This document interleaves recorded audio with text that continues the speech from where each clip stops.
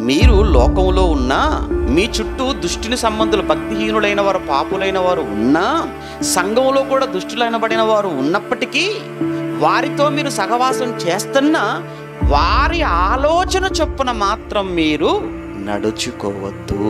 అది మీరు ఎవరి ఆలోచన చొప్పున నడుచుకుంటున్నారు, మీకు ఆలోచన చెప్పేవారు ఎలాంటి వారు, మీరు అదొక్కసారి మీరు బాగా గుర్తుంచుకోవాలి. మీకు సలహాలు ఇచ్చేవారు, మీకు సూచనలు ఇచ్చేవారు, మిమ్మల్ని గైడ్ చేసేవాడు వాడు భక్తుడా, భక్తిహీనుడా, దేవుని సంబంధ, దుష్టుని సంబంధ, వాక్యం తెలిసినవాడా, వాక్యం తెలియనివాడా, ఎవరతను అనేది మీరు గ్రహించుకోవాలి.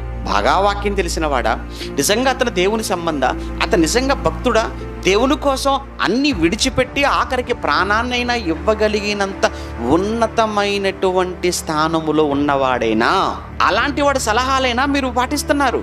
కనుక అలా కాక మీరు దుష్టుని యొక్క ఆలోచన చొప్పున మీరు కానీ నడిచారా, ఆఖరికి మీ జీవితం నాశనం అయిపోతుంది. వారితో కలిసి ఉండకూడదు అనలేదు, వాళ్ళ ఆలోచనలు చొప్పున బైబిల్ ఎంత క్లియర్గా చెప్పింది చూసారా. వాళ్ళతో మీరు కలిసి ఉండకన్నానంటే ఎవరితో మనం కలిసి ఉండగలం ఇంకా? కనుక మనం వాళ్ళతో ఉండటం తప్పు కాదు, కానీ వారి ఆలోచనల చొప్పున నడవటం తప్పు.